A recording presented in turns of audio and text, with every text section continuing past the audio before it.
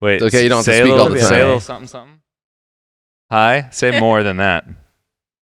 My name is Dulce, tell it- and I speak. Tell us your name, cow. occupation, and location. Which occupation? I have many. Oh shit! My name is Dulce. A little Not quiet to here. be not to be mistaken with our Dulce. This is on the internet. This is sweet Dulce. We can put this. I'm turning Dulce. I'm just You're gonna gonna turn Dulce no, up don't to even 100. Just get comfortable. I'm just gonna turn you up a little bit. Turn them shits up. I'm not Cat and Cloud Dulce. This is not Cat and Cloud Dulce. And then Dulce from Bevel Coffee. if you need your sunglasses, I you wonder should if put them she's on. feeling 'Cause you're in the sun, yeah. If Dulce's better, yeah. Our Dulce got home from Bad Bunny, Puerto Rico last night, and she's sick. She's definitely not feeling good, dude. Sick. Like literally, she has a fever. I love how people say sick, dude. It's like you're hungover, bro. Just deal with it. I got a fever. It's like just be like I was out partying. Everybody knows Puerto Rico? Everybody knows how the world works. Okay, like What's a Puerto Rican party gonna be like? we Dude? don't We could need- have found out. Hopefully, she comes in. We'll find out. Probably fucking crazy. It's probably like Miami plus Yeah, I mean, what, dude? with Bad Bunny in the house. Well, yeah, like a post Bad Bunny concert party sounds like it would Sounds like be your jam? quite the rager. No, not my jam. Not your jam. Are you cool with the No, I sun? think Do you need a hat if you or went to a something? Bad Bunny concert, I think Oh you wait, could let me get get into her a it. bucket hat to Do you wear. need me to? Do you need a Hold on. bucket hat, or you need to move to another location? You forgot how bright it is right now. It's nice out here, though. Oh, I love it. The weather yesterday was incredible. Yeah, I'm We pretty down. We sat right there, and she got a really good tan. My only on the right side Yeah, though. what, like a hat? It looks pretty even from here. I feel like. Yeah. You're all right. Well, I did it my is a little best. darker though. For I real. did my best to even it out on this side yesterday, but Yeah, it's Yeah, tricky. no. We sat in the pool, and she like faced the opposite way. She's like, I can only get sun on this side now. Mm-hmm. Yeah, you got to be aware of that. I think it's worse on the face. You know what I mean? You're like, It's like a sneak attack here, though, right? Because it doesn't feel that not hot. super hot. Yeah. Yeah, but the sun's still beaming on you. Yeah. You know, in LA right now, it's like solid 100 degrees the entire time. Where are you guys exactly? Altadena. Altadena. So, yeah, north of Pasadena, I have to kind of do the know, side thing. northeast LA. Northeast LA. Yeah, all the kids are saying Nella. Nella? Great, dude. Northeast Nella? LA. Northeast No one's LA? saying that. Nella, yeah. I was born Saying in that. Northeast LA. Sometimes you're trying to create a trend. Dulce, don't let them kill a trend. Nella. Not a Who's thing. saying They that? do say Nella. Kevin's and saying LA, that. yeah. Never heard Northeast that. LA. Come on up to Nella, right in Altadena. No, San Gabriel Valley. That's what it is. Yeah. SGV. SGV, that's right. Down with SGV. That's right. Did we do a little hey, hello, who are you? No, we didn't yet. No, we were just rapping. Oh, I love rap, dude. Take it, dude. I mean, hey, welcome to the Cat and Cloud podcast. We got friends today. As you could hear, there's friends talking. They're from Nella. It's the place Dulce loves the most. It's a place that half burned down and is coming back to life. It was pretty gnarly.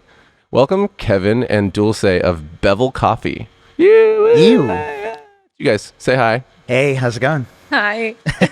So sick. It's going great.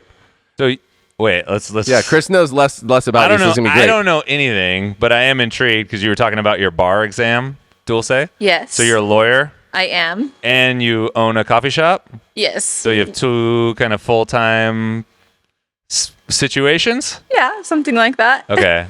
We How- we do our best to make sure that she's balanced. Like not, I try to. She's like your guys' Chuck Okay. finances and Don't all look that to like your back left, end dude. stuff. Don't look to That's your our left. guys' Oh Chuck my too, goodness, right there. there- They've never met Chuck. Is that door open? Haven't met Chuck. Oh yeah, it is open. I'll shut it. And then like everything else, operations, the Okay. cafe, roasting is like on me. Yeah. Okay. yeah. Okay. It's much better now. When we first started, it was just he and I, and it was everything and a lot. But now we have built a team that's brought some balance. So yeah, Whopping 5 we're a team people. of 4 now. How long have Five. you? How long have you guys been open?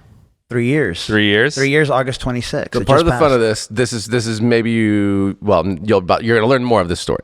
They are currently pop up. They have signed their lease. They're in build out in Altadena. Well, I want to hear it from them, not you. Well, I know bro. that's what I'm saying. We're bringing them to the table to tell the story. So when you were saying that, like they're in startup mode, and they also roast all their own coffee as well.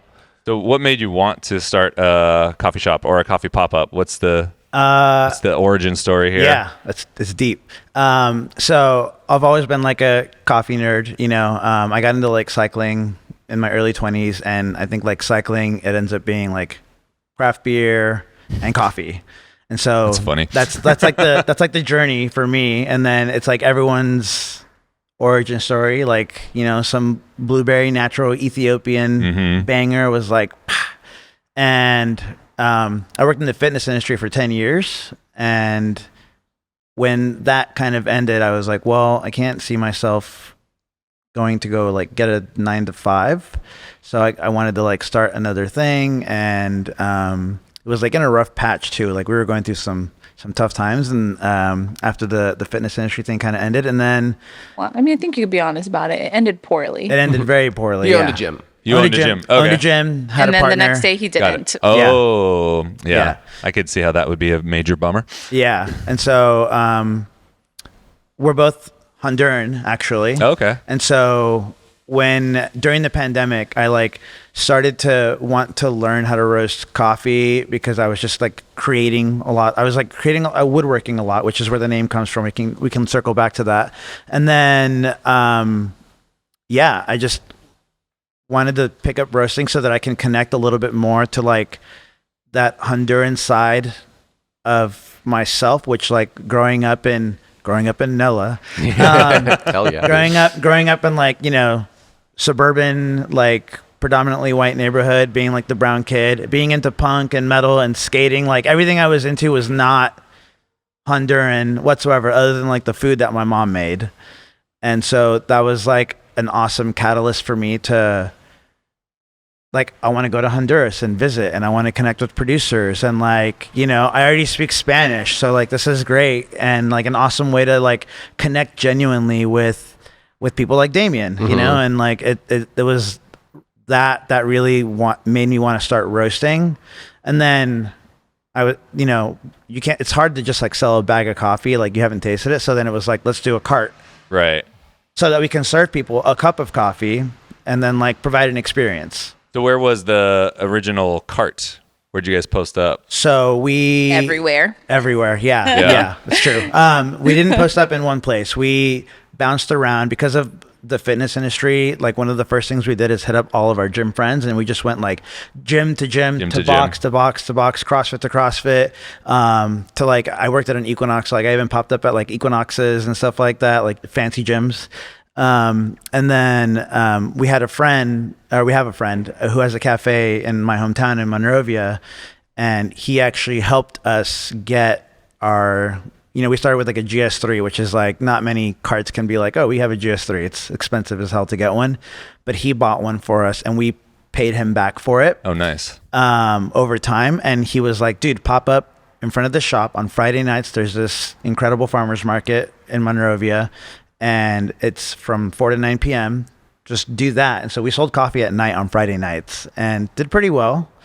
And then we started doing farmers markets and things like that, which that farmers market thing is what led us to what became our permanent pop-up situation where we're at now.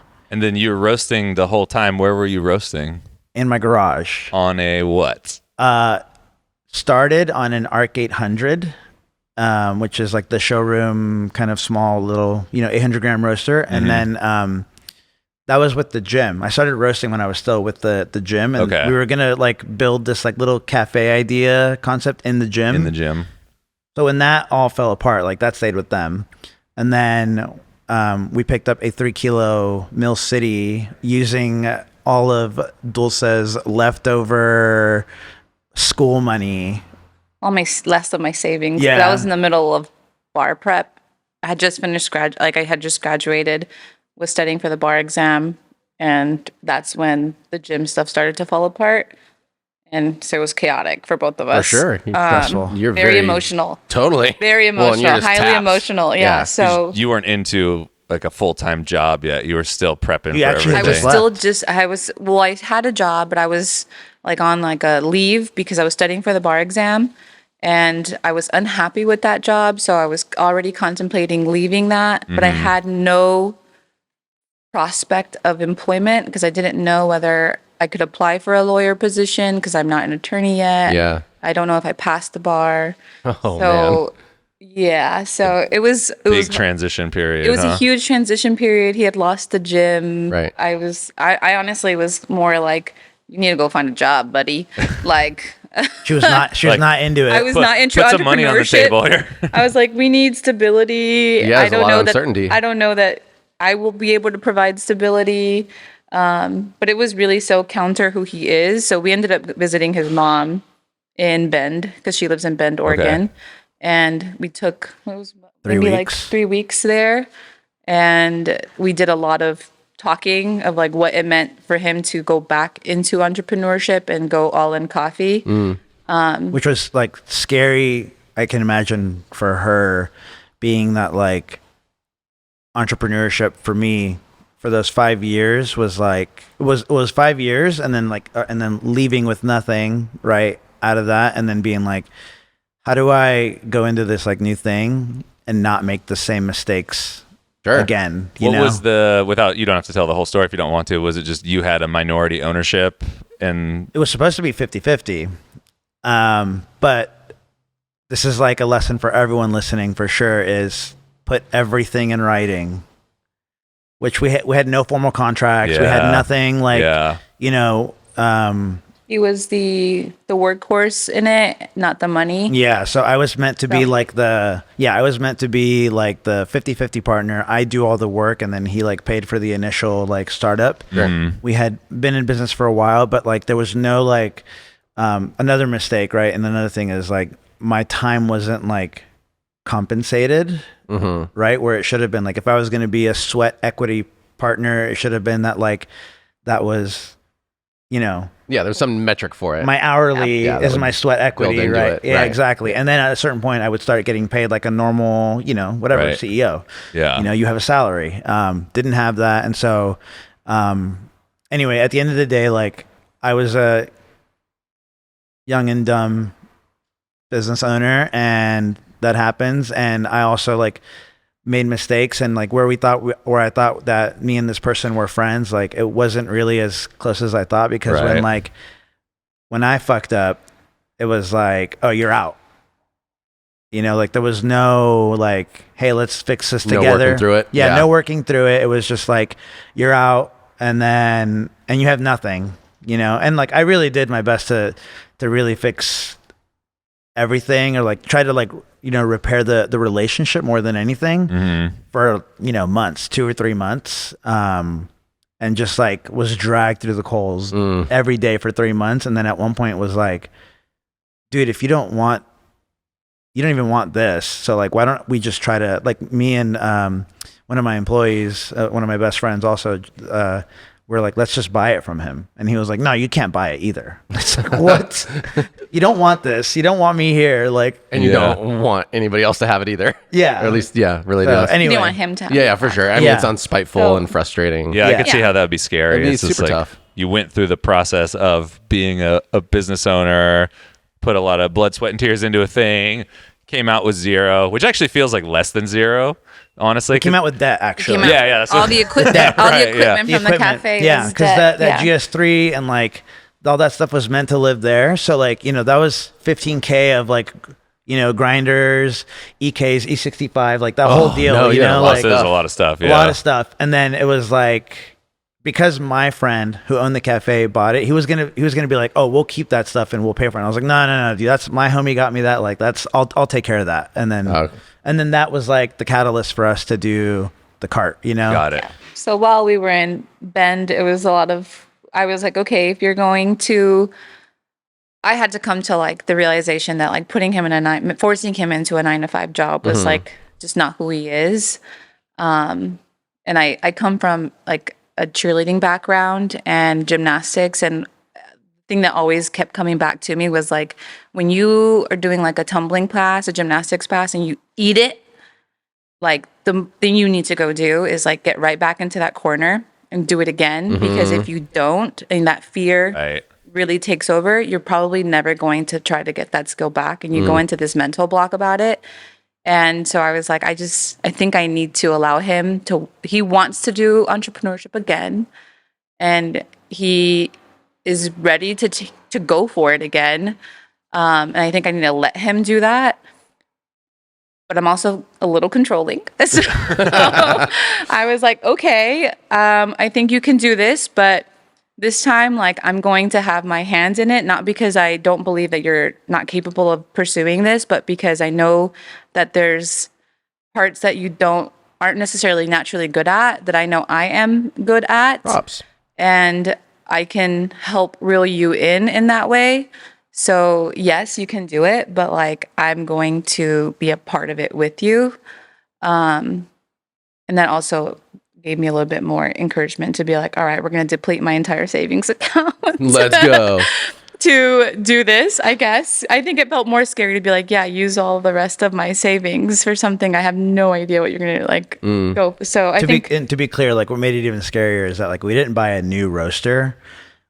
I was in Oregon, like Craigslisting nonstop, and then found this roaster in Phoenix, and he was selling it for $7,500, and I hit him up and I was like, "Yo, dude, I've got 5."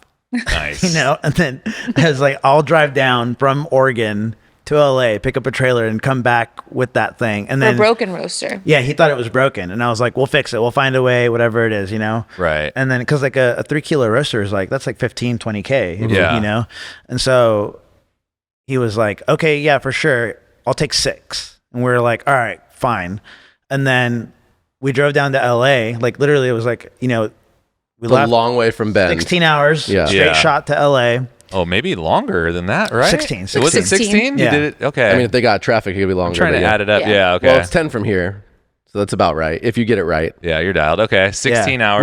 We leave at like, you know, we wake up reasonable at huck. 4 and leave by 5. Yeah. You know? Sheesh. Okay. And so yeah, we did that. We drove to LA, got home at like 7 or 8 in the afternoon, and then while on the drive back, he like hits me up. He's like, "Hey man, I was cleaning this thing for you, and like, you know, the light doesn't work, or like the manometer doesn't work. So like, I'll take 5." And I Okay. was like, sick. You're all dialed, dude. Yeah, I don't great. even need the manometer. So then I'll fix that shit. Yeah. So then we like, you know, the next morning, my buddy and I go and pick up a trailer. We drive there to Phoenix, like 6 hours. And it's funny, like we were talking about this yesterday where I was like, "Yeah, we'll go check it out." And then my buddy was like, "If I'm driving to Phoenix with you, you're not going to go check it We're out. buying this You're shit." buying Yeah. this shit. Yeah. Dude. You're committed if we drive out there." So that's what happened. We bought it, loaded it up in the trailer, and then came back the next, you know, the same day. So like 28 hours later. Yeah. Damn, that's sick. Yeah. Just for some quick math. It's like buying a car. It's like you And it got to wasn't get it broken. right now. And it wasn't Yeah, what broken. was the deal? What did he? Dude, it was totally fine. Like the manometer was like the pin was like stuck. So I gave it like a little, and it flipped back. And then I think the light was broken. He's using the wrong The- voltage the- or something. The wrong voltage light bulb Oh, on no the way. on the light So it was bulb. like just somebody who didn't It know was what they were just doing. super minor stuff. yeah, Yeah. Great. Crazy. So it was And it totally was fine. basically brand new, right? Yeah. Because he was like a for fun roaster. He was Right. doing it out of his And- garage also. And he It's a pretty moved. big purchase for fun roaster. Yeah, and they moved from California to Phoenix. Arizona to Phoenix, and if I remember correctly, like he was like in an HOA situation now, and he got complaints, so he They're like, had "You can't completely, roast there." fully shut Yeah. it down. So it just sat in his garage for like Our a neighbors couple don't years. complain. Yeah. They And- like drive past. Like, "Are you the coffee guy?" Because they can smell the coffee coming They're out of all the hooked garage. You don't up. need an afterburner for a roaster that size, No, right? in LA it's 12 kilo plus. Yeah. You need an afterburner. You Shout know? out Nella, dude. Let's go. Yeah, right. We'll be roasting in But the Nella in the forever, garage. like we didn't all even day. have it like exhausted through the garage forever. I would just Hold it like outside. I would like hug the chaff collector, Yeah. and then just like throw it outside, and then like, you know, just attach it, and you know, It's called gangster leaning, dude. all I've good. done it before too in my That is so with the cool. sample roaster in my old garage. Okay, so you got a Mill City in the garage. You got a pop up working. You're going from gym to gym to gym to gym. He built a cart. I did Built build a the cart. cart. That's where the woodworking So that's came where the name is Bevel Coffee, right, for the company. And so the namesake came from me being super deep in the woodworking hole during the pandemic. Okay. And like I started to build like the furniture in our living room and whatnot. And it was like one of those like, oh, there's this like awesome thing where like, you know, if you want to give a table or a cutting board like a little more color and depth, you can just add a bevel to it, right? So I wanted the focal point is like that craftsmanship and that like little attention to probably non-structural details that like you notice when you drink a cup of coffee. You know, like it's just Yeah. nice to taste all the colors. Yeah. So had you done any woodworking prior, or is this like totally brand new? Well, my dad was like a handyman type, he never kept me from like playing with tools. And so, I think I just like, I grew up skateboarding also. So like one thing, like I would build ramps and like do all this stuff. And then eventually, I don't know, during the pandemic, I think I just like saw a couple of woodworking videos of like people doing hand tool stuff. And I was like, man, this is so beautiful and attractive. And it's like, I also grew up playing music. And I think that like, I didn't have this like outlet for artistic expression for a long time with music. And woodworking became this really incredible way for me to make something tangible that I can like, touch, feel, hold. And it was a little bit more mechanical rather than like, music it can be very abstract. Not that woodworking can. And then I think that making something with my hands did also like end up lending itself to me wanting to roast and like, oh, there's like, I get to take this thing and just make something that everyone else can enjoy. I think I think we all like have this thing, coffee people at least, where we like to share the experience, right? We like to like, I like sharing. I love the double take. Like someone tastes the coffee and they're like, oh yeah. Right. Right. That's and the best. And I think that like, when people have like walked into our house and like, they're like, oh, it's a really nice coffee table. Oh, thanks. I made that. Made that thing. Yeah. He built the cart. We started the business he had no car at the time, and it was just my Scion that you've seen. Yeah, dude. So he built the cart so that it collapsed and folded flight. Like it's like a puzzle, and you put it together. Like simple cart because we couldn't status. afford a simple Okay. cart. Yeah. So and it had to fit in my Scion with everything else, with like the grinders and like bin and stuff. So we'd like put that the was- cart in first. Yeah. And then like Stack stack it. bins and like Oh my the gosh. grinder and So- machine all On a on top Scion. of it. It's like an XB, like one of the boxy It's ones. Smaller. an XD. XD. Yeah. So, Dang. but you clearly have a bigger setup now. So how did we? Yeah. Right. Yeah. So So we've got there. So you built that. You got going. You jumped all around, and then I just got to recently visit you with Rachel in Altadena at Prime Pizza. where? Yeah. So tell. Yeah. Yeah, You're so- somewhere now, popped up semi-consistently / forever Yeah. until Yeah. So it's we've been there now 2 years, and we're not Prime September Pizza. 2nd was 2 Prime years. Pizza. Prime Pizza Altadena, and we take over their. We like to call them like patio takeovers. We're there from 8 a.m. to noon Wednesday. It started off with just the weekends, and then it went Thursday through Sunday, and now we're Wednesday through Sunday. I think when I met you, it was only weekends, and I remember taking a call from you, and you were like, "We're gonna expand to Wednesdays through," and I was like, "Yeah." Yeah, So, yeah. and so like that whole thing, that was probably one of the most serendipitous things of this whole journey is that like we were doing all these farmers markets, and Dulce had heard of this liquor store marketplace that like does a lot of pop-ups. And so we met the owner of that liquor store. It's called Altadena Beverage. And he came to the farmer's market, and I was We were like, at oh, the you're the guy Altadena's that like, farmer's I was like, market. oh my, Dulce, my fiance, like at the time she wasn't my fiance, my girlfriend at the time. But like, we've heard about you, and like we've thought about finding like a place to do a permanent coffee pop-up, right? And so this farmer's market was in Altadena. And so we had this whole conversation, and then he ended up telling the owner of Prime Pizza, this guy Zach, Right up the street from his shop. which is right up the street from his shop, because that pizza shop used to be like a cafe bakery that the neighborhood really enjoyed. And so it was really uncanny. We were celebrating our first year anniversary in August 2 years ago now, right? And then I get a DM from Prime Pizza, and he's like, hey, I'm Zach. I'm the owner of Prime Pizza. Like, we heard you're looking for a permanent pop-up situation. We have a really sick patio. I'd love for you to come check it out. And I was like, oh, this dude from this pizza is like hitting me up. Never heard of yeah, it. on We're our like, 1 year huh? anniversary. And so then I like hit him up. When we checked out his the Prime Pizza Instagram, and we were like, whoa. Yeah, he's got this is 10,000 followers or something. This you know? isn't like a Yeah. small pizza place. Sure. And I it's was like, this is probably he's tapping into, man, the neighborhood would be psyched to have more morning stuff back in there if it was a bakery That was before. the feedback. That was the feedback he yeah. was getting from the neighborhood because he took over the bakery, was putting a pizza shop in, and everyone. He's an Altadena local. He Lives in lives in Altadena, and people were like, it'd be great if you had a coffee option at this pizza shop. Right. And he's like, I'm not a coffee guy at all. And so the next morning, I hit him up, and I had a pop up at a rock climbing gym.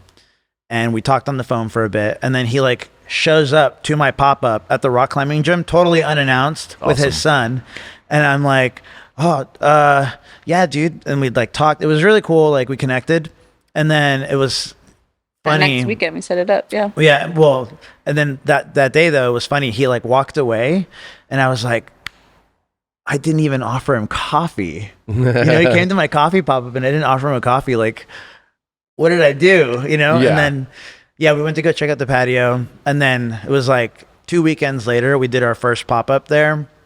And it was gangbusters. Just like the most coffee we've ever sold in a day. Awesome. The line was crazy. We were so unprepared. Our little cart, we ran out of milk. Yep. Yeah. Time We were to on go our to the store. GS3. And Is that thing hard with the steam on? Is Yeah, it, is the it steam on struggling? runs out of we power. would have Or used to. so many issues Yeah. at the beginning where like we were doing, so we would be in Monrovia and we ended up doing like a lot of like parades and hot chocolate for kids. Yep. It just runs out of. And Juice. we would run Used to. into so many issues with just like, okay, we can't steam. It's just like not doing that. The hack Apparently is they just fixed that, by the way. No, just don't do 12 On ounce the newer drinks. ones? Like, Well, somebody told me on the newer ones it doesn't have the issue because I was like, oh, you got the GS3, can it keep up? And they're like, oh yeah, it's awesome. And I was like, Weird. It always. the Linear Mini was the one that could keep up when they finally launched it. Yeah, Anyway. Linear Mini would That's right. always outperform the GS3 on the steam one. I Yeah. have no idea why. Anyway, Anyway. yeah, you guys, so you were killing it. yeah. And so yeah, we kept it with the GS3. And then Got at to a one point place it was where we're like the volume we- is too big. We Yeah. got to figure something else out. For So we were like, let's get a 2 group. Like I even talked to the dude from Prime. I was like, he's been like, always like a dude that we like check in with. He's a successful business, like what can we learn from him as a person that has like, at the time 7 locations. They're now going into like, 10 or something wow. like that. Okay. They just keep building them. And he was like, dude, invest. Like, what do we got to do? And I was like, well, we need 220 volt power outside on the patio. He was like, no problem. Called the electrician, electrician installs 220 outside. Dude, sounds awesome. Yeah, Yeah, that's right. actually a big deal. He's amazing. Yeah. He's been so supportive, Yeah. and he's Super thankful for he's him. been a huge like launching pad for us, and so we're super thankful for him. Yeah. Yeah. And so, we did. And like when you go to the pop-up, like Yeah. you'll see our giant like cable For sure. leading into our cart. You And need so it. Yeah. The cart's got it's got a PB on it now.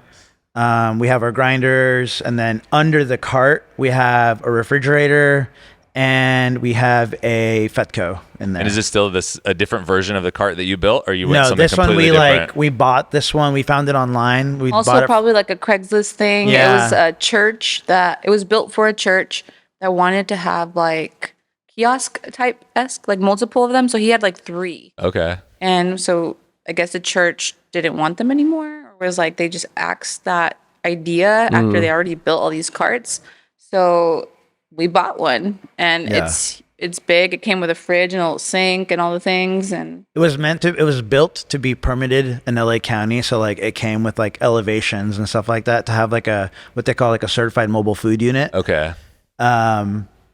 But we were living at the pizza shop, so it was like kind of not necessary. They've already got a health permit. Kind of piggybacking on their stuff a Yeah. little Yeah, bit. yeah. And that's like, I think like as a startup, people like looking to start a coffee cart, it's like so much work, like loading and unloading and doing, we still Sure. do that. Events are nuts. I They're- hate doing them because the unload and load in, load out it's a lot. A lot of It's work. details. Every time, especially you're day after carrying- day. carrying an espresso machine, you're carrying grinders. Something often goes wrong in events. You're being at the same place. You probably got really good at it. But But we still do it. Like we still We still cater do a and do lot of events. catering, Right. yeah. So we have the like permanent setup that lives at Prime. And so like what we do is we just, we put it inside the building when we're away. We like just hide it and get it out of sight so that they can have their entire patio for their guests.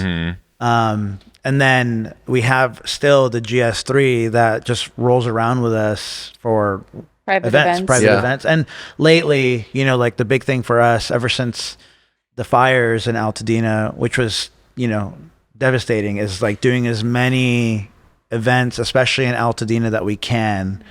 Community events. So we like, you know, the library was doing their grand reopening. We're there, you know. First park that reopened. We were at the first park that reopened. We were at the 6-month anniversary, another business there, a bar, Good Neighbor. They did this like a run from Altadena to Palisades. And so it started there, you know, both of the burn areas. And like we served coffee at the beginning of the run. And it's great to like go to all these events now, and like not just our regulars, but people that like we meet at these events that are all Altadena locals that start to be like, dude, you're literally serving the community right now. And sometimes like we don't even, you know,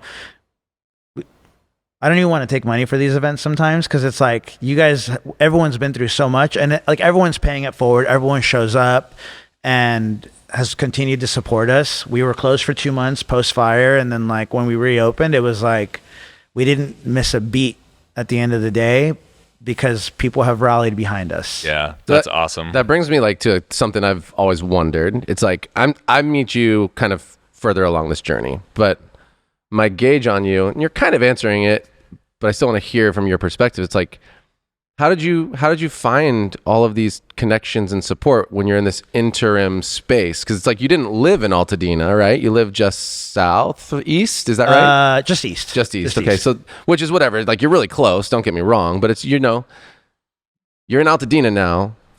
The thing that I mean, I met you what, 2 years ago now in Chicago. SCA.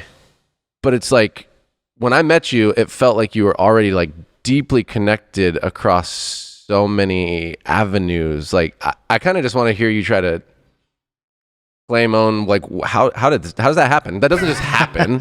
You know what I'm saying?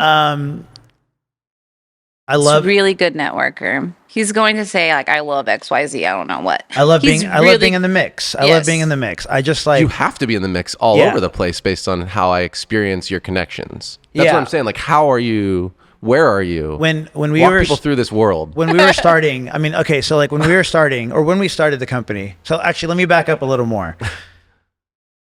Before starting the coffee company, I didn't work in a cafe ever. Right. Like zero background in coffee. And so I think that starting out, I was in this like, I want to learn as much as possible. And the best way for me to do that was to connect with people that knew more than me. Sure. You know, as much as possible. And so when there was an event in LA, whatever that event was, I was like, oh, let me just show up and like, Okay. you know, learn. And let me like, there's other roasters are doing an event. Like, let me go taste their coffee and like pick their brains a little bit, whatever it is.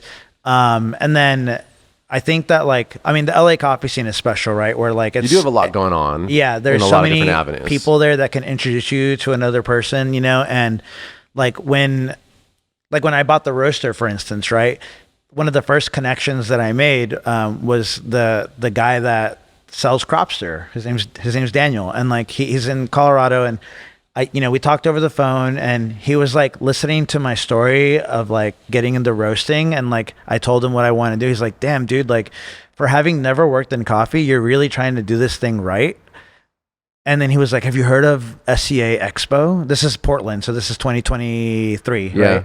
And I was like, no. And he's like, dude, let me get you a ticket. Oh, he hooked you up? He hooked me up with the pass. That's so cool. Really cool. So it gave me a 2-day, and I like we were, this is like not long. We started the company in August. So like that April, I was going to go to like my first expo. Yeah. 6 months in there. And it's like, oh, we can't afford to do this. And I was like, you know what? I've got a friend that lives in Portland.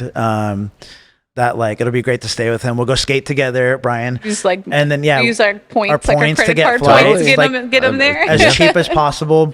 And then while I was at Expo, like I went by myself. So I just like met all these people. And then like even in LA, like I didn't know where to buy green coffee. Yeah, that's what I'm. So I was like, what do I do? And so Into that first event with Go Andrea. Get 'Em Tiger was doing a cupping with Azahar. Yep. Like this Well, whole you green worked with coffee. Azahar. Mhm. And I met Andrea, who worked for them, and she was like the sweetest. And like when we That was first met my her, first ever like coffee, anything other than Kevin. yeah, and she said all the right things, and then we're like, oh, I'm Honduran, like how do we connect with like buying Honduran coffee? And she was like, oh, you need Benjamin.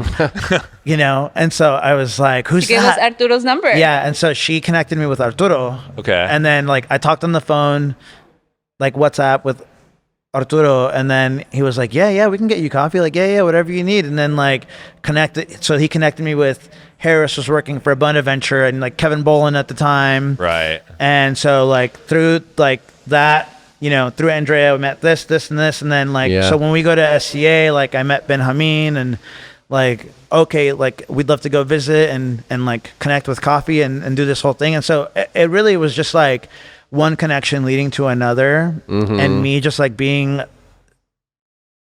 like I just really wanted to understand, I guess, what I was getting myself into, but also like being a friendly person, and like I love. He's good at talking to people. Yeah, you're super social. That's he's obvious. very social. Yeah.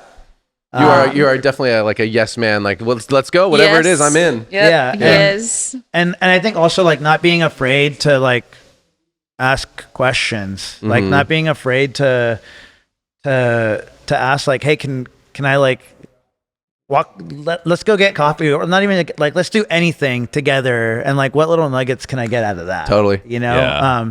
And hopefully at least like I want that relationship to be like meaningful, That's obvious to because me. that's like more important than anything. But Awesome. Yeah, no, thanks for sharing. Yeah, Because I cool. meet you walking into where were we? We were at Metric Party. At Metric Party.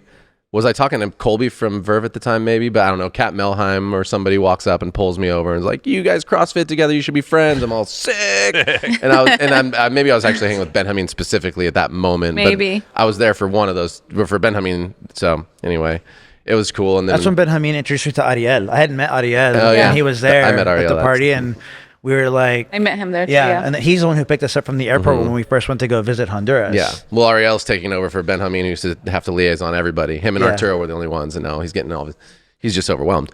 That was the first moment that I met you guys, and then the thing I do notice about you though is that is what you did is like, I'm clearly like, there's a lot of people here. This is nuts. This is fun. High five. You guys seem cool, and I'm kind of in that zone, connecting with everybody. And then you're like, you had this follow up somewhere on IG and DMs, right? And it's The next day, I think, even maybe, yeah. And Well, maybe you actually, came saw hold me. up. No, 'Cause what happened? I don't remember, but I remember meeting you, and then I just remember somehow we're talking in DMs, and then I find myself at Disneyland with you. Almost. That's like that's like I think the that's you super what, fast you version. guys at Disney together? they have Disney passes. Oh, yeah. yeah. I think that's what really. So like I definitely saw Jared the next day on the show floor, and he was like live doing Yeah, I something. remember live, that. you might be looking on at that. something, It's still posted somewhere. Okay, I remember then you're that. there if that and then happened.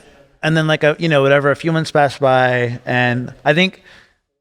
I mean, why did we just started sending each other memes? There was like something that happened. That was like a very Jared Yeah. thing to do for sure. Yeah, you probably hit me, and I was like, "I'll hit you back, dude." and then yeah, I think you saw he was at Disneyland. I saw that think. he was going to Disney, and I was like, "Yo, I've got a pass. Let's." I'm there, bro. Let's It go. was what it Yeah. was. I And was yeah, like, he was with the "Sure, girls. dude. Come through." I was like, "We have a random schedule, but if you're down to just roll and do whatever, like," which is what he did. Which I totally was. Like, it's Yeah. like not that big of an imposition to drive 30 minutes, 40 Right. minutes And to if you get. have a pass, it's just such an easy lift, right? Yeah. And so that's really like, I think where the connection started to get stronger is like, oh, we can like geek out on Disneyland and do the whole coffee. thing. And coffee. Yeah. And CrossFit. Totally. You know, like There's a lot all of the connection things, you pieces. know. Which I think is always like the fun thing when like you can connect with somebody else on more than just like one level. You know? Yeah.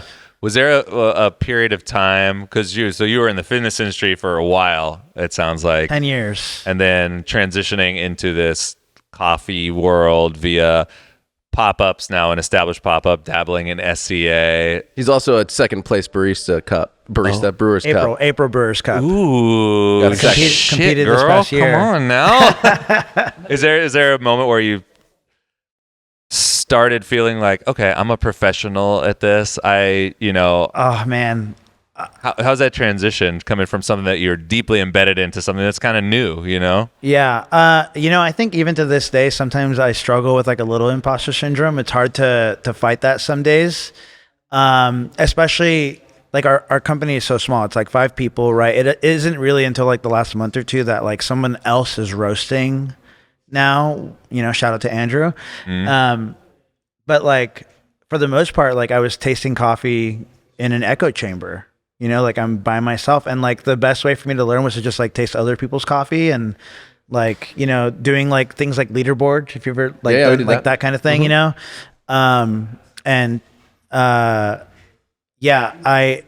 I think once, yesterday we had breakfast with Julia. Yeah, and we like, hung out with Julie Hoosh yesterday. And she's in town. Yeah, and like Here. I was telling Dulce, and I think I told you yesterday that like we would go to this thing and I'd bring a coffee to share with people, right? And then like Julie like would taste the coffee and be like, dude, that was so good. And I'm like, oh, thanks. Like I don't even know how to. I'm like shy to, it's still like I never know if I like roasted it as good as it could have been roasted. I don't know. And there are some days where I'm like, we got this dialed. We're doing great. I think that like when we started to like really dial in on the entrepreneurship side of it, like really figuring out our numbers game and that whole thing started to make me feel like, all right, I got a handle on this. And then as far as like, Welcome. Girl. and then as far as like the coffee, like, brewing coffee taste like that to me, it's just like experimentation, just playing with it, like not being afraid to fuck it up, and absolutely. then like do it again. I think that like, going back to that Brewers Cup thing, like that was also kind of validating because I wasn't meant to compete in that whatsoever. My buddy Chris was meant to compete in that. And he was like bailing on the competition. And I was like, well, fuck it. Why don't you see if I can do it? And this was like with 1 week's notice. Jeez. And I don't ever watched like Brewers Cup. They did like qualifiers at Counterculture in LA. And so I watched that and, had never really like watched much competition, but I knew that the score sheet was important. So I hit up Jamie in LA. We used to work at Go Get 'Em. And she coached Christian, who was like the second place US Brewers Cup. And she coached Frank through barista. Frank Law, y'all. Frank Law. Be bright. And yeah, I mean, I got the Went for coffee. it. Got the coffee on a Friday. Went and tasted it with Jamie the next morning. We like talked about the score sheet, and then like I was like, all right, water recipe. Like let's Lotus drop it up. Totally. And then when we competed, like when I went there, everyone was like sieving their coffee and like taking out the chaff and like doing all kinds of shit. And then I was like, yo, I got this recipe, I got this water, I'm just gonna brew this and talk. And I finished my routine with like 4 minutes to spare. You just blasted through it, dude. He's all, I'm just gonna brew the coffee and talk to you, and then I'm gonna be done. Yeah. That is incredible. And like I couldn't remember the score sheet, so like I like made this mnemonic device to like remember it, and it was like a Lord of the Rings themed mnemonic device. I can't remember it right now, but I was like flavor, sweetness, aftertaste, like all that, the whole thing, and then yeah, you and Jared are meant to be friends for sure. It was cute. It was like the most nervous I have ever seen him, actually, because he's really like, he's very friendly. He finds it easy to talk to people. And so I was like, and okay, I'm like used to public speaking sort of because of coaching, right? Like coaching is like, wings things all the time. I'm like talking in you're front of 20 constantly people. communicating to groups of people. Yeah, competition is a different I thought that animal. it would So be nervous. fine. But then like, when I got mic'd up with that weird headset, The little yeah. And then I was like, does this work? Am I good? You're all Madonna Hey, guys. vibes. Yeah. What's up? And then things started to go wrong. What made it more fucked up actually was like, I was in the first group of 3. So like April Brewers Cup is different. They like do knockout rounds. Yeah. So they do groups of 3, and one of those 3 goes to finals. Yeah.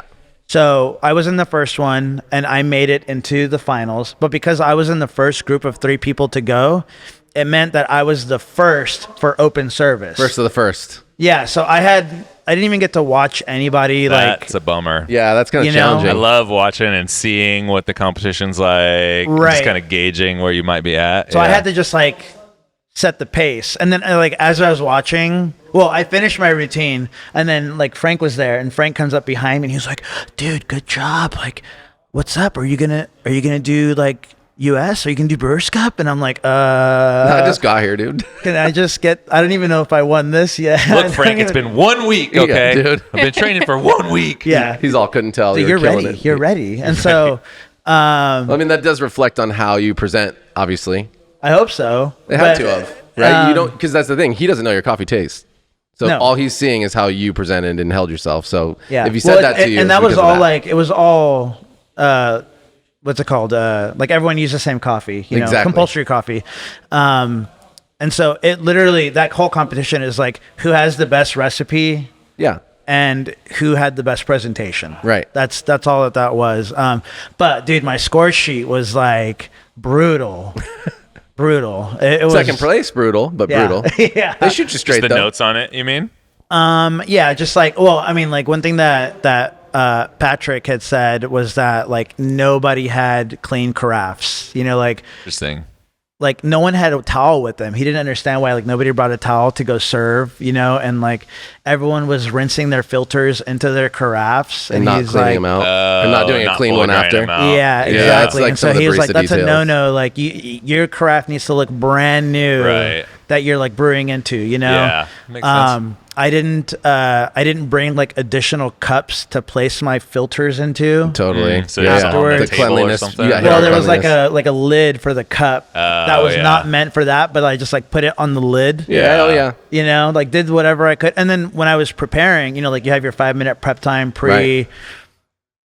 everything was breaking. They hadn't tested like 2 carafes on the one power strip. Oh, And it was tripping the power breaking? strip. Uh-huh. So So I was cutting like, out. hey, like, Technical. Yeah. and then they're like, we'll give you 1 minute. And it's been like 3. And I'm like, oh, okay. I'll That figure part's this out. always funny in those competitions. You're So all, they're- hang on. Yeah. I'm going to call my lawyer. yeah. As the Yeah. rules state. Dulce, get up here real quick. She passed the bar. She had just gotten it. She didn't watch the first round. She got there right as open service was starting. And I was like on the phone outside with Jamie, like, wait, I haven't even said these words out loud yet.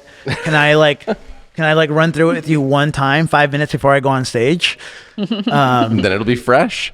Yeah, exactly. It worked out. It worked out at the end of the day. But I did totally like, you know, there's that moment when you're competing where you're like, I brain farted, and on the phone with Jamie, she was like, just stop talking, take a breath.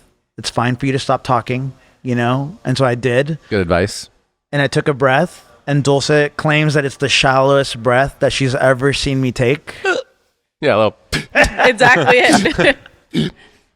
So yeah, that was, and so that, and then when that whole thing happened, like, what was really cool about that is that there's this dude Tommy who he lost his home in Altadena also, and then there was this other guy Nano who works at another shop in Sierra Madre, which is like a neighboring town, also lives in Altadena and was displaced from his home. And so like when the competition was happening, I was like super nervous, and then I was like, oh, like all my friends are competing, and like these people I know, this is so rad.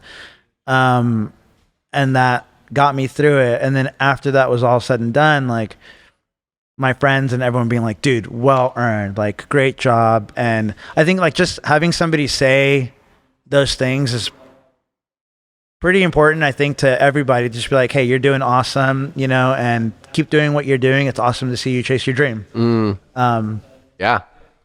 Which is like something we talked about Mike from Lamar Mike Zocco. Lands. He lives like, you know, a couple blocks away from our shop in Altadena, and we just had a throwdown during Coffee Fest, and he showed up with like some of the Lamar Zocco crew, and like all the Black Rabbit crew came in, and like, you know, him reaching out after the fact being like, dude, it's been so great to see you grow and do your thing. Like keep it up. Mike's great, and he's been like that forever. The He's- first SCA I ever went to was Charlotte in 2006, and it's kind of a similar story to yours.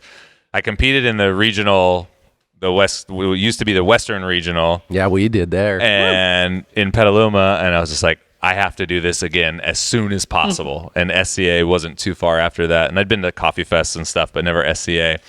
So I didn't have any money, maxed out all of my credit cards to get the plane ticket and bring the extra luggage and all the stuff that I needed to compete. Went fully by myself, had no idea what the fuck was going on.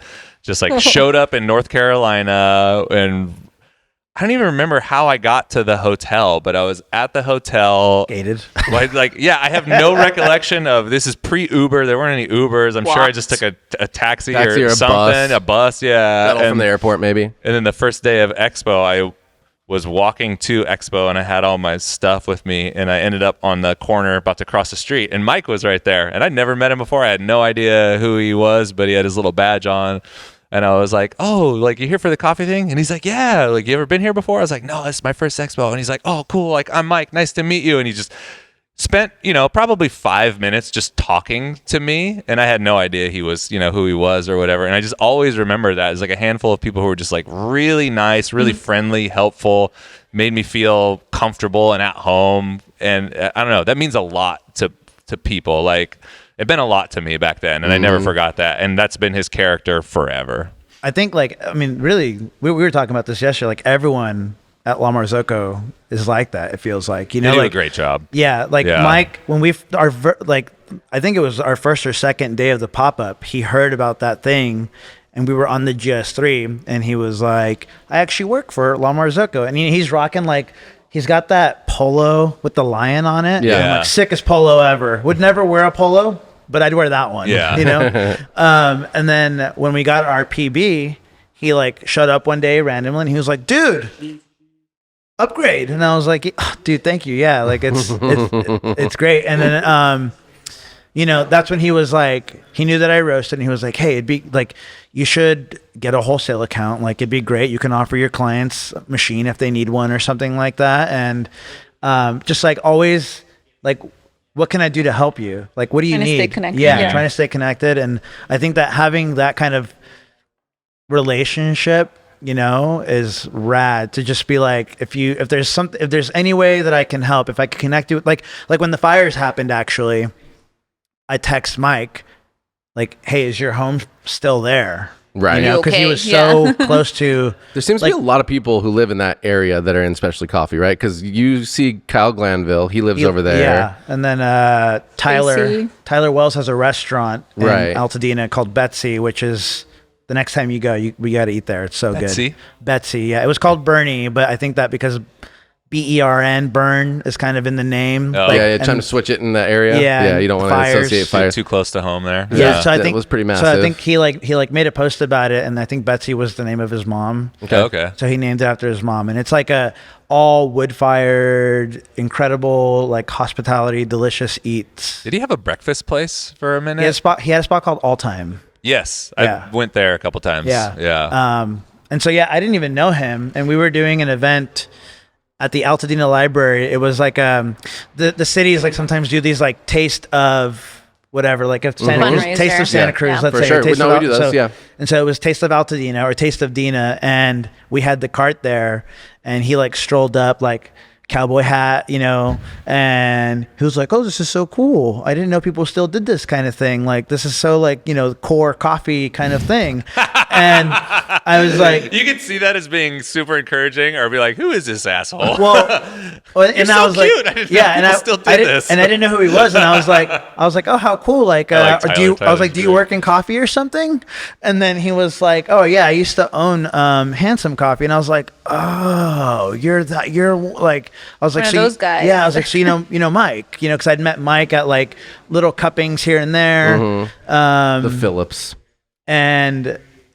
Yeah, so I got to know him a little bit that day, and then he kind of was like, "Do you do service or anything like that? Do you also And then he's like, "Oh, maybe you can service our machine at All Time sometime. Come check it out, whatever." And then he opened the restaurant. He was open for all of 30 days before the fire happened. Jeez, It was such a bummer, devastating. But his restaurant survived miraculously. If you're in that part of town, all the buildings directly north of him and directly west of him, like gone. Like everything around him, gone. Except for like his building. Yeah, The fires are so weird. I drove through that neighborhood after I visited you guys, and it's truly like all Intense. burned. Sporadic. Yeah. One house pretty much perfect for no apparent reason. Yeah. And like There's no Tyler- I logic mean, my to dad it. my dad lives in Paradise, which also had a similar thing. Like most of the town burned down, and same thing. It's so bizarre. Like fire makes no sense. Yeah. So you're like Trigger jumped. fully establishing yourself, right, in this place, and that's part of I think what was interesting too about wanting to bring you on. Like, right, so you've signed a lease. We haven't even talked about that. We're here, No, but we're right. like far into a long, great conversation. So you've just signed a lease. How long ago? What part of town? Signed the lease in June. Yeah, why Altadena? You know, like it kind of feels obvious, but I still want to hear like why Yeah. Altadena, et cetera, et cetera. Yeah, so we signed the lease this past June. We took the keys in July, directly across the street from where our pop-up has already been. Oh, so you're right across the street from the pizza spot? Yeah. We've been Nice. wanting. That's awesome. We've been eyeing. So since we ended up in Altadena and like we were doing the Prime Pizza pop up, like Altadena just felt like we had built so much community there. I grew up in the area. I grew up Altadena, Pasadena, so it was like it feels like home. Yeah. You know, I live in Monrovia now, but I always tell him I was like I'm a Dena girly through and through for life. You mean like, Anella or? No, Dena. Dena. Dena, the Altadena, Pasadena. And it's just like we built so much community there. It just feels so natural. It felt so much like home.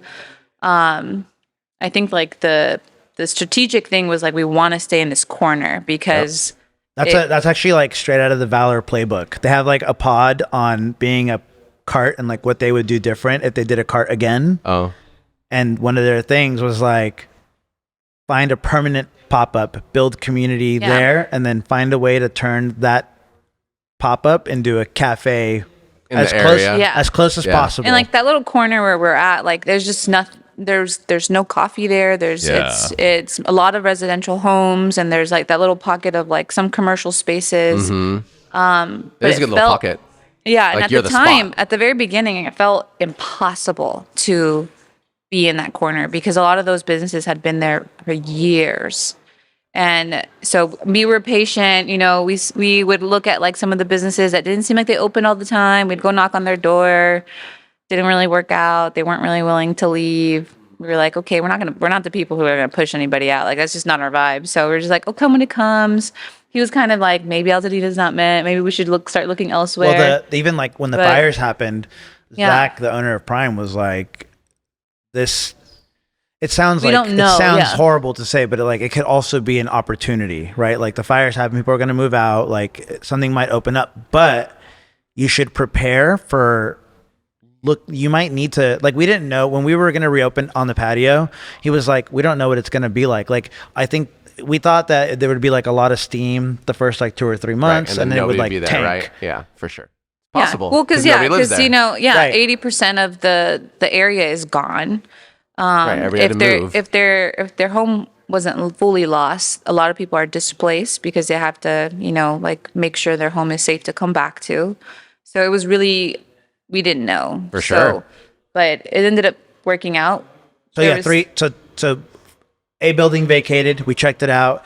Like there was like a step on the like ingress egress. Like everything was like wrong about it. The lease was wrong, and like we like Zach, you know, being like a support. He's like, anytime you're gonna go negotiate a lease, like I've signed 10 leases now. Put me in that room with you, you know.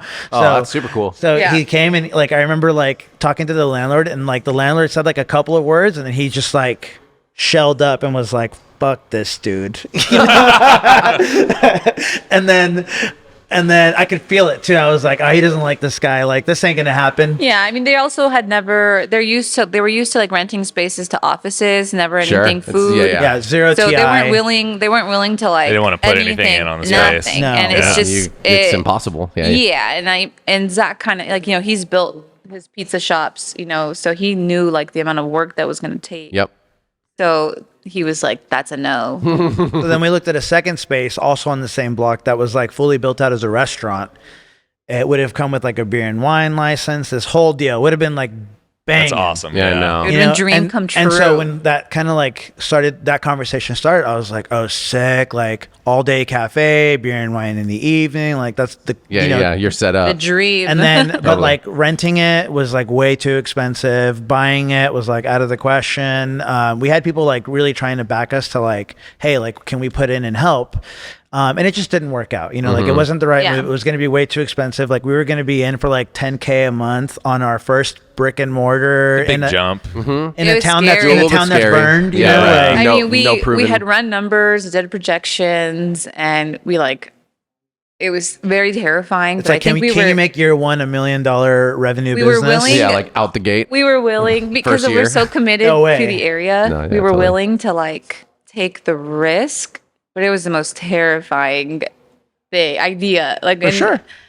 I was willing to be like, all right, but I'm terrified. Yeah. And I think it didn't work out, and that was okay. But then The space opened up Yeah. and it was like tiny, 600 square feet. It's Right. great. We do have to do all the TI, but again, like smaller footprint. smaller not too footprint, crazy. so much easier. And because of all the like fires and all that stuff, and then like the amount of community events that we've been doing, and like people on like higher county and city level seeing us show up to these events, they're like, oh, like these people Push it through. like they They care. know who you are. They know you're about so, the community. like Yeah. grant opportunities. Like we applied for 3 grants. We got all 3 grants. We applied for the best Awesome loan loan. ever. It was like 5 years, $75K, 0% interest till year 5. Then it's 3% after Wow. that. So like 'Cause they want to aggressively rebuild the community. Yes. Right. Right. They Yeah. don't want it to be a dead zone Yeah, forever. and they know or that just help they need businesses it. that like Yeah, and they need are it. hurting. Like, Right. hey, like I mean, they're one and the same. I feel like, Yeah. like that is rebuilding the community. When you were saying that you guys had to shut down for a while and you came back and everyone's and we like, "Oh my gosh, technically I'm so didn't glad." It's qualify just- for some of these things, but again, like we were in everyone's face. We're afraid we didn't like qualify, but people, we worked it out. Yeah, Yeah. they found a way. yeah. And then anytime like some of the bigger like in LA, there's a like they call it the Department of Economic Opportunity, and they do a lot of this grant writing, and so whenever they've done like they hold a forum for small businesses. So like, hey, can you come serve coffee and like do a bid? And like the organizer will call us and I'm like, well, what's the budget? And they're like, no budget, just quote us. And I'm like, I'm scared to throw a number out into the ether here. Yeah. But this place is perfect. It does not feel terrifying. Yeah. It felt right. And Yeah. Great. And so I think that like was really validating for us, being like, okay, this is going to work. We feel it. We feel like even with our current numbers, with like the pop up, we could make this fully work. So it feels right. It feels Yeah. right. You're speaking of something that we experience ourselves, as well as we try to share with our team of people who are, younger baristas, concierges, people coming up in leadership, is that everything connection-wise that has made us successful today all came out of connections from prior to us being like the guys, like we were establishing ourselves in a community. We were doing our very best to be the best baristas we could be, the best hospitality opportunity, like leaders we could be, whatever that was, from the position of behind a register or making coffee for people with no power in the city, no monetary value for anybody. Like we had nothing to offer anybody with the exception of what we could do from behind that bar, serving people great coffee and being nice. And so it's something that we hope to share, and we try to get our team on board with. This is, you're learning a lot of skills that you don't really recognize right now that are going to transfer into your future, regardless of if you're in specialty coffee or not. Communication Sure. skills, interpersonal skills. You're getting a case study in human beings and how they relate from a diverse group of people, right? You're getting, coffee shops are amazing. You're getting the people who are maybe the richest, and then the normal people more like ourselves who are just like whatever, middle, lower class coming in. You get everybody, and you get Yeah. to see how they respond to what you're doing.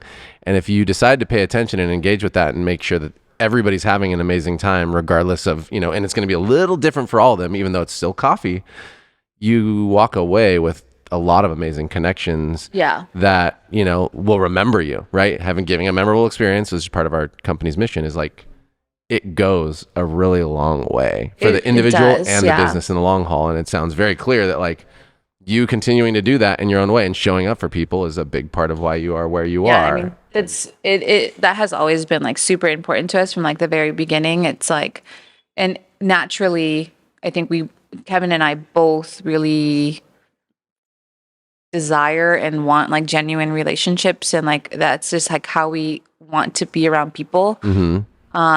So it's just always been a part of like our business. I think that like no matter who is in front of us, like we want it to feel like you're talking to your best friend, your family. Like it's just, and like it's just huge, you know. And like I think to speak to like you don't know who you're talking to, you know, you don't know what they do, and half the time like they just become your regular and you just love chatting about random things, music or anything, and then the next thing you know it, they're like a doctor, they're a cardiologist, and they're this I and think they're that's that. probably my favorite part about like serving coffee for sure, is that like, you know, there's like the like icebreaker game, right? Like connect the dots with people. Like what's the through line that like we all have in common here. And so I love like serving coffee. And like earlier I met one of your roasters and he's wearing a shirt and I'm like, oh, Sunno, great band, whatever, you know? And then like, it's like, okay, like that person's going to walk up to the cafe at some point and I'm going to say like, hey, cool shirt. Yeah. Cool this, you know, like, or like, you know, anything like that. Well, his and response was, nobody knows this band. So that was cool even on itself. And then just going and like connecting with that person and meeting them where they're at. And then like then they're going to think about you whenever they're doing like XYZ thing. Yeah. Like, hey, we still cater, right? Like, oh, hey dude, like, you know, we talked about Sunno. Can you come cater my kid's birthday party? Right. We're going to play Sunno.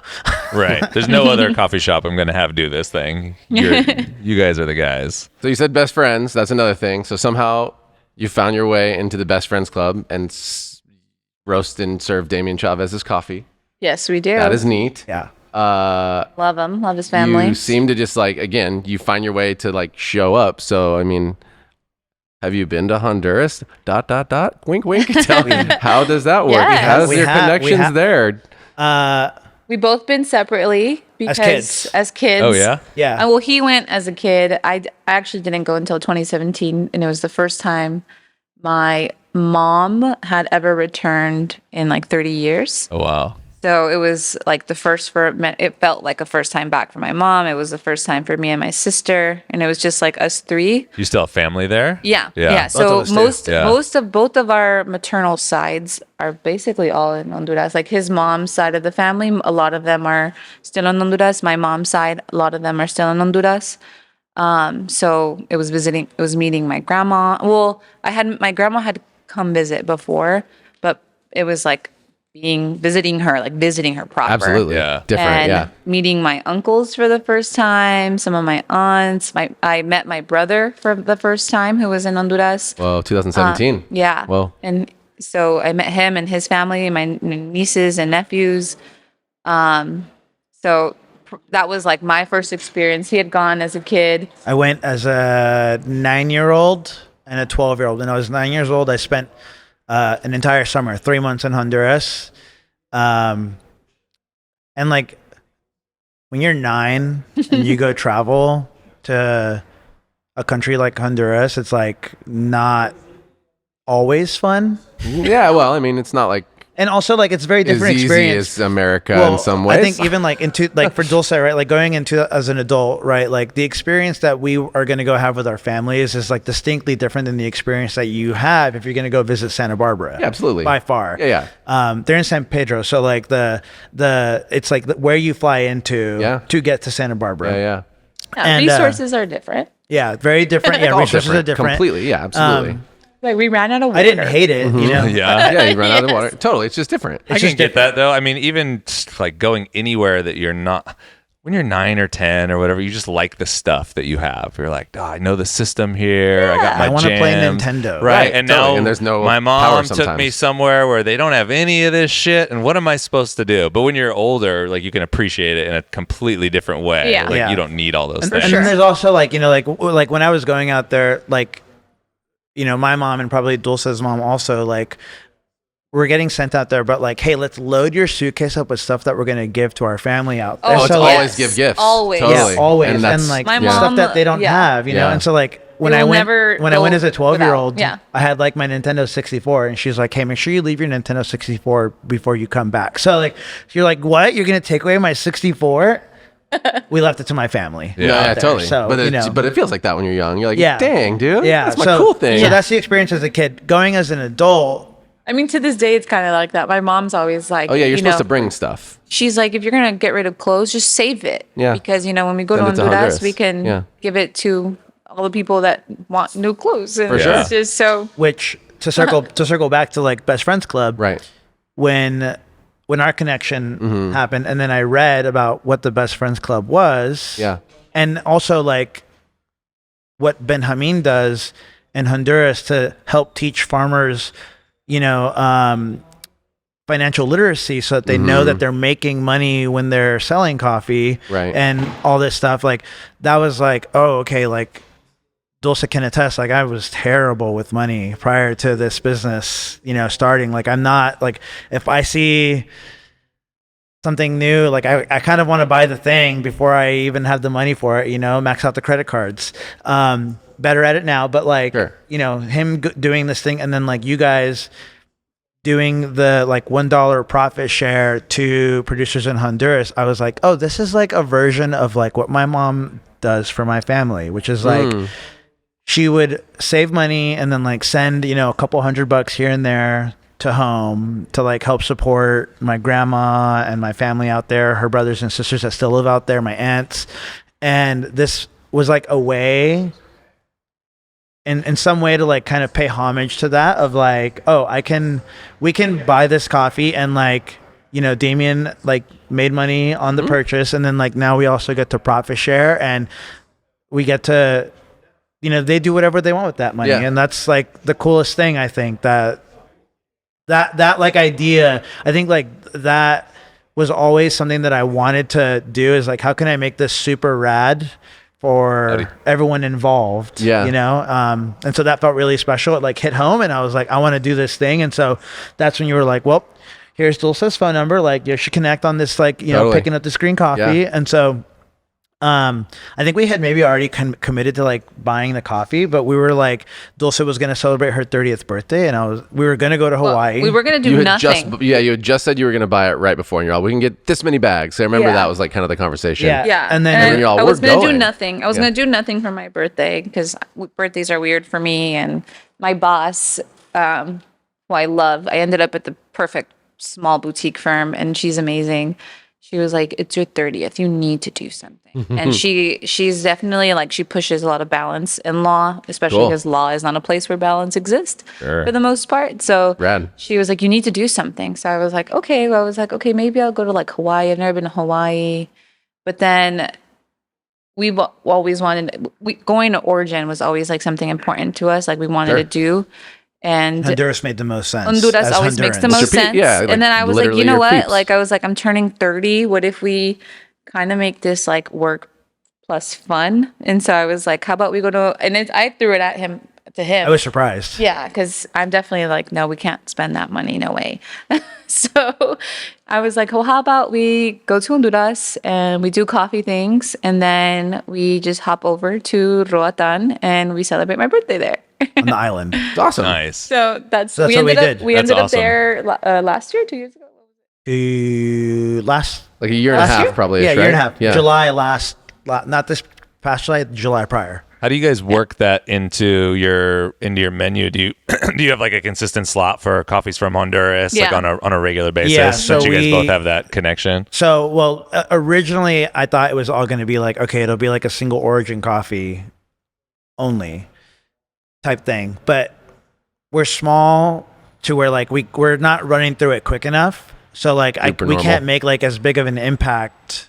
So then I was like, well, let's like, put it in our espresso, and like, we sell more espresso. We have some wholesale accounts, like they can buy more of that coffee, and it's kind of like in this blend, so we can buy more now. So Yep. Yeah. it's we like, it pulls double duty, where like it's a single origin offering plus it's in Component as a well. component Yeah. of a blend. We Yeah. did the same thing. It's where the Best Friends blend came in. We used to have the Truth, and that was a style of espresso, and then now it's the Best Friends blend, which is the commitment is no less than 25% of that blend will be a Best Friends blend or a Best Friends Club coffee. Yeah, and And so It's right now always on more our than that. menu. We Yeah. always try to find a way to do something. So like for me, it was like finding a female producer that was Yeah. Honduran would have been.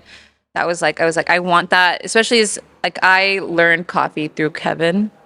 So as like a woman in coffee who feels like I have no idea what I'm doing most of the time, I was like I feel like I'm sure this experience transcends to Totally. different areas. So like highlighting an Honduran producer, female producer was important. Yeah. Ben came in clutch with that. Yeah. We were like sitting at the cupping table, you know, like the second day in Santa Barbara. Let's not like glaze over that you were just like called Ben Hameen and people were like, yo, we're going to roll through. Like, we good? And then like totally had an origin trip. That you he made made happen. he We rocked it did. out. Yeah. It was really strange too, because like, you know, like we're so used They to all expected, I think, like a traditional, what they know of like origin trips. For of sure. buyers But- of coming, yeah. And we know nothing. So Right. Yeah. we were just like, hi. Like Arturo, like the first cupping, the day of the cupping, they was like, do you need a pen? Do you need a pen? And like, do you need a score sheet? And I was like, no. Bro, I'm riding fully on vibes and feelings on this one. Yeah. And they're like, This is a Actually, good- yeah. why He, like, actually? He like, you know, he tasted the coffee and he was like, oh yeah, you know, like gave me a score and I was like, don't know what that means. Yeah. Can't relate to that. it's one, like though, I overwhelming like a it. little at first if you felt you know, yeah. like we didn't know anything. It was like, oh, like I think you were asking, so how does it like work? Like, you know, Totally. you kind of just talk to the producer, you kind of offer Oh yeah, he was saying like, that like, you know, you'll go meet with the producer and then like you guys will like chat price. And then I was like, I don't like you guys know I want him you make sure You that tell I give me. him enough money. Right. How Where about do I that? start? How does this work? Like, what's too little? Yeah. So I mean, quite literally, it was. I didn't just even like vibes. pay attention to the C value of coffee until tariffs started and like everything this year, you know, like, so I was just like, you make sure that he gets paid the right amount. Yeah. And like, that's enough for me, you know? Yeah. Totally fair too. And if I can pay, and if we can like offer more, Best Friends Club, Right. you know, and then that's like even more magical. Sure. So yeah, and then so anyway, going back to that, like, you know, when we were like at the table and he was like, I was like, oh, I really want like a natural Parinema. And he was like, no problem. Pulled up the spreadsheet and then Dulce was like, oh, we want a female producer. And he was like, how about both at the same time? You know? And so we brought that coffee actually to share. Oh, cool. Yeah, Marilyn Alfaro. And Her first. It's her first. It was first her bag, first first Yeah. bag produced. prop in specialty coffee. Hell yeah. So Is it she in Santa Barbara? Yeah. He's right below Arturo's farm. Okay. So like if you're on that side of the mountain, South you know, side. like That's the south side. Yep. And then come down a little bit. She's down there. And then, we got to go meet her. We met Damien. We met with, They hung out at Damien's house. They did a whole day. yeah. Yeah. Yeah, And then, we hung They out. both, Jenna and Damien told me to tell you hello when I was there. hung out with the Hello bunnies. Nice. We have bunnies also. So like when we saw Damien's bunnies, we're like, yes. And then, Bird. we went and met, the first Honduran producer whose coffee we bought, which was through Bonaventure, like the whole thing, Yeah. Ben Hameen's thing here in the States with Kevin and like, so it was Misael, and we got some of his coffee again this year, and we're gonna release that soon. And then our second producer that we work with, Sebastian, had such a everyone there, just like all the houses and stuff is like so gorgeous. And you know, being from Honduras, like after that trip, we like left that trip like, you know, it's like not that hard probably for us to get Honduran citizenship and find a While we house can, there, you know, while we can. And like then trips there is like, let's go to our house in Honduras and go Yeah. visit Orchard. Yeah. That'd be wild. Get yourself a one. nice space in El Cedral, dude. Damn. That'd Wow, be really actually, cool. that's not Well, close to to your be family. honest, it was more like we were thinking about exit plans if No. like, we needed If the it. shit hit the fan. I ain't It's even like- here anymore. So Yeah. if we needed it, we had an exit plan. That Yeah. was more so the Yeah. the thought. You're putting it on the positive side first instead of the like, row. Go hang out. Yeah. No, it was an exit plan. So when are you slotted to open? If you can, you know, this is always a fun game, but Ambitiously, I've been telling everyone November. Yeah. And because we're still operating, there isn't a day that I serve coffee that I don't have someone asking, like, so what's up? When are you going to Of open? course. That's classic. Yeah. It's like, people are like, you must be so tired of talking about it. I'm like, no, it's like awesome that you No, guys I want you to be exciting. interested. Yeah, This- for sure. Yeah. Yeah, you're all, it's right there. Look across the street. Just Yeah, we when you put a go in banner there. up, and you know, we Because- kind of rebranded it. We rebranded, Yeah, you guys and worked on so all that. It looks good. people, yeah. So it's like people are starting to notice it, and it's cool. It What's the feels- biggest like hang up? What's taking the longest? Like what would prevent you from opening? Permitting, right? Like all Yeah, the we're getting waiting through the for the red green tape. light. Yeah. But Yeah. honestly, like again, Moving pretty fast, honestly. because of the fires, like we took the lease in July, right? I'm sure it works the same everywhere, but you have like your planning department, building and safety, Yeah. health department. Our planning turnaround was like we submitted it on a Tuesday, and then like by Friday they were like, no comments, stamp. That's incredible. No And comments then- is That's- actually not normal. That's That's what I'm wild. saying. Yeah. Yeah, and then one of our And friends, the fires kind of help we with we that have like because Yeah. they're trying to get people to another be able to open CrossFit up connection. fast, Yeah. I want to activate the neighborhoods. Yeah, that's really cool. And then like we also had like the help of an architect also, and that was like another CrossFit connection that like was like, let me help you guys out, and like, you know, she hooked it up fat. We paid her, but she hooked it up to like help us through this and expedite it. And then right now like we just got our health department stamp. Same thing, like we would get comments within like over the weekend. We'd have comments and then we'd resubmit. They're moving, huh? Yeah, Super fast. I'm really Super cool. trying. I mean, that's been like a really beautiful part of this. And one of the things I like noted to Kevin was like, I feel like our entire business at this point, like obviously we're working really hard and we pour everything we have into it, but it has felt that like community has basically built this cafe because every step of the way, there's been just people in the community that we've connected with who has their skill set and has connected with us and either with me or with him or with both of us and what we have to offer and has then offered their skill set to get us where we needed to go. So, and that's been like super beautiful for us to be like, we don't know our architects. We don't know, you know, people who do this and that and this, but like them walking alongside us and just offering what they're good at has been like so cool. So I honestly feel like this cafe has been built by our Altadena community. Like it's just, this is really their cafe Yeah. more than anything. That's so cool. I think, yeah, coffee is one of those interesting, depending on how you look at the industry, you can look at it in a bunch of different ways, because I think there are people who see coffee that's obviously it's more popular than it's ever been. You have all these examples of people who are quote unquote famous or companies that are big and being bought by private equity firms. And there's like this illusion that that's something that is, you know, normal. And it's really not. You know, those are the fringe case examples. Most people's experience with coffee and specialty coffee is really grounded in a sense of place, right? And like a certain group of people that you are serving. And to those people, what you do means a lot. And most people in the world will never hear about you, and that's fine. And it doesn't have any impact on the impact that you're making the people who are right in front of your face. Yeah. That come to see you every day in the community that you live in day out. And it's cool to see when like people show up and be like, dude, I like people know you for what you've done, who you are, how you've served them. And they're just like, let me help you. Like, I want more of this where I live. Yeah. Like, if there's more of you where I live, like that makes me happy, makes everybody better. It's just cool. Yeah. It's a really cool story. I think that like rings true for our friends in the community. Also, like, you know, Prime being an example where like the owner lives there and he also, everything that he does in that community is like for the community because it's meaningful to them and to him. And I think that like, you know, we like being able to like see that happen and then being like, oh, like that makes you're legit. And that's like exactly the example that we want to lead by also, you know? So like the people that we bring in to work with us and like all this stuff. And like, that's, if there's anything that I can like hope that they can glean from our experience starting this whole thing and like being a part of our company with us is just like try to share that with people, like that sense of togetherness and community that like we naturally have just built and done.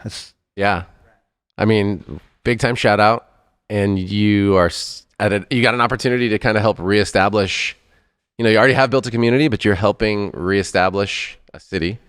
And that's a really cool and fun opportunity. And you now are, you know, you are going to be cemented in what that looks like. You know, there's this benchmarks in history, and it's like there's a benchmark in history where this town got burnt down, and there's for sure a benchmark in history where people are going to name your place as one of the places that was there as those 80% of people come back slowly but surely, and that's a really, really cool thing. And so, I mean, just thanks for sharing the story.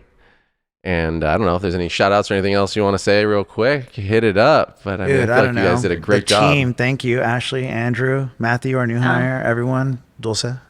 Shouts out to Dulce and Nella. And Zach, Randy, everyone. I don't know, everyone at home. So rad.